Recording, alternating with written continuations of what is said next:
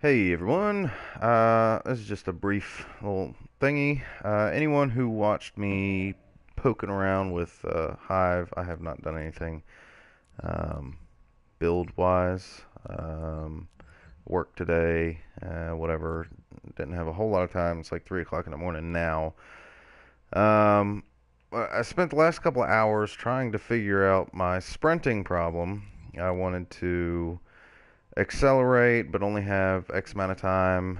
Um, I wanted a sprinting solution with acceleration, deceleration, a limited amount of time, and some other stuff. I didn't get exactly what I wanted, but this will work well enough. So it's not so much of a tutorial, but there might be something someone else can use here. I'm not going to go much in depth, but I may copy this over.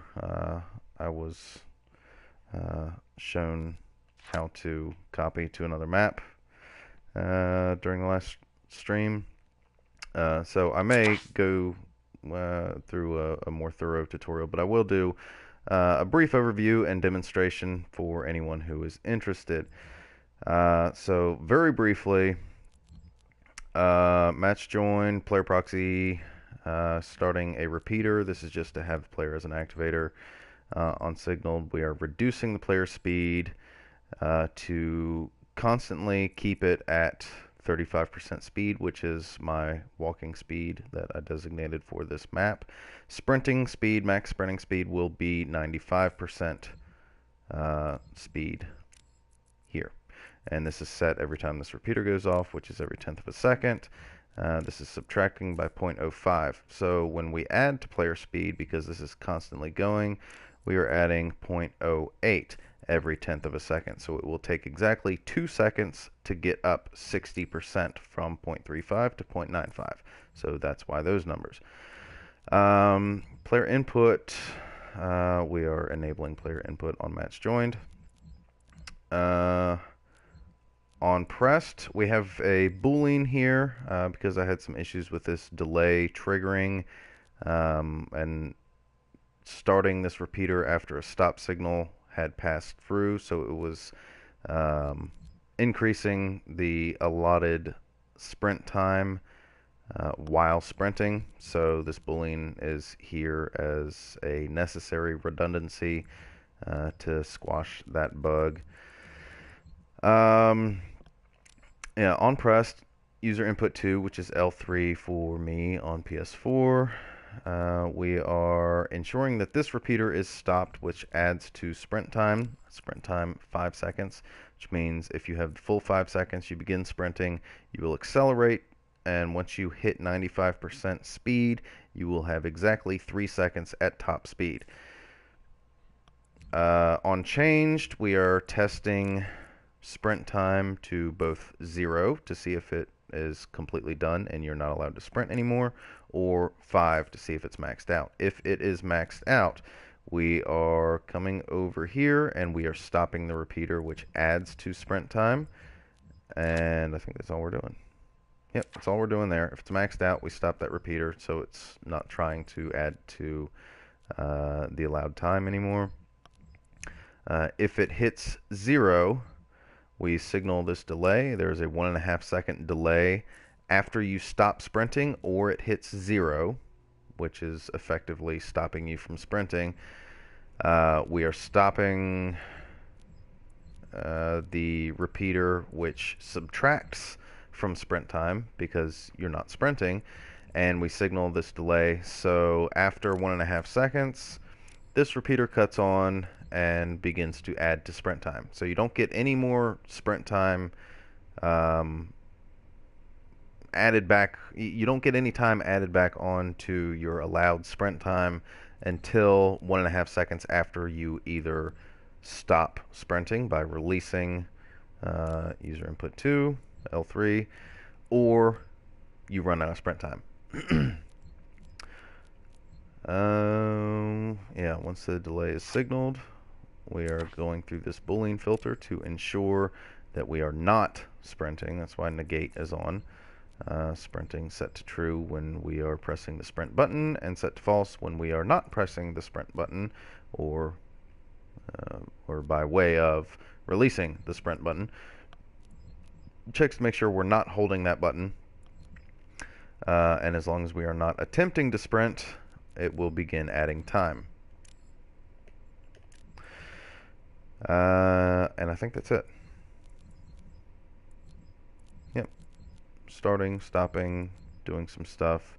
What we're doing over here, while this is subtracting from sprint time, it's kind of deceptive here, because that chain is going through that subtract. While we are subtracting from sprint time while we're sprinting, we are adding to player speed at a rate of 0.08 per tenth of a second, as I already mentioned. And then, of course, like I mentioned already, player speed is constantly being subtracted by 0.05 per tenth of a second. Alright, that's as much depth as I'm going into. If you want a screenshot or something, there it is, all jumbled up and kind of messy. It can be condensed a little bit, but can't really be rearranged much. I could probably stack some stuff to make it look a little prettier. So if I do a more in-depth tutorial and go through it a little bit more, then I will definitely try to clean it up. If anyone watches this and actually really wants me to put that together, I have some other stuff, some other requests that have come through, and I'll try to work on those when I get some stuff out of the way that I'd like to get done.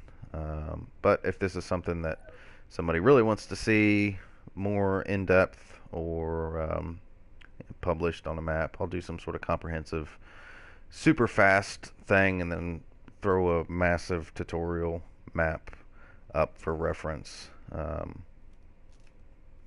sometime in the near future as well. But I'll just demonstrate here real quick. I'll try to keep this under 10 minutes. Do the demonstration, and then I'll end it there. I apologize for the bar being on the right, but the last like 10 times I've streamed, somebody has joined and commented, so that's why that's there. So in the HUD for debugging, testing, I have sprint time and player speed variables up there. So if I hit L3, sprint time should drop and player speed should increase. Whether I'm moving or not, they will be modified. So here I'll press it, pressed, it goes up, player speed 0.95, sprint time, it's started. I'm still holding it, and absolutely nothing is happening except for player speed drop back down. I release it, 1.5 seconds goes by, sprint time goes. I can press it again. Once it bottoms out, that's it.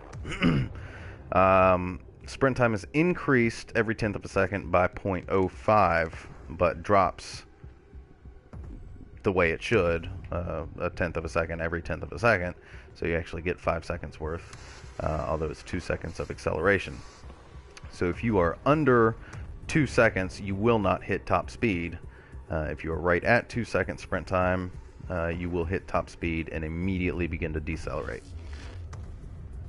And you decelerate 2/5, right? 2/3 quicker. I don't know. You decelerate at 0.05. You accelerate at 0.08, but it's negated by 0.05, so you're really accelerating by 0.03 per tenth of a second. So here it is in motion.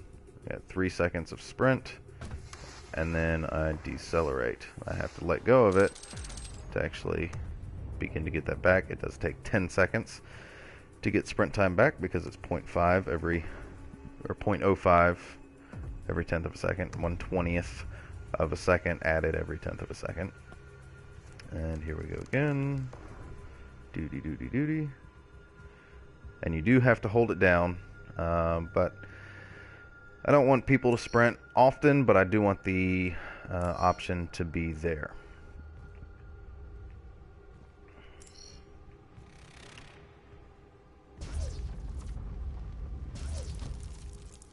As you can see, still working just fine.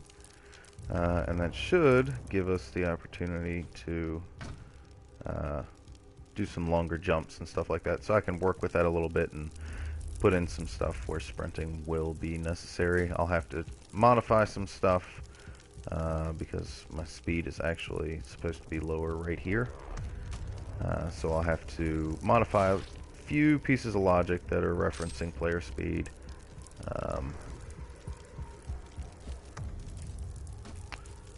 But it's all good.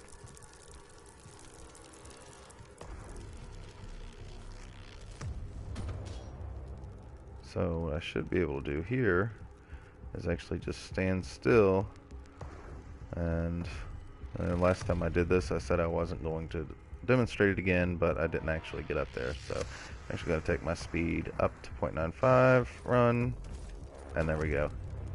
Little secret. So you guys can see that. Party balloon, yay.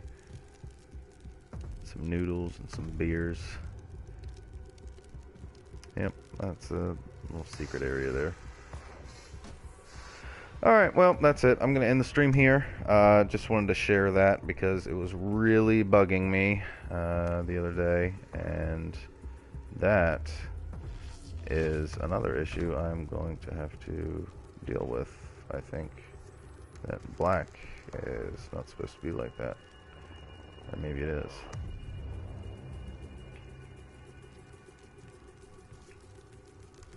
I don't know. Never noticed it. Alright. Yeah, thanks for watching. I went a little bit over 10 minutes. But like, dislike, comment, share, subscribe, all that good stuff. See you next time. Bye-bye.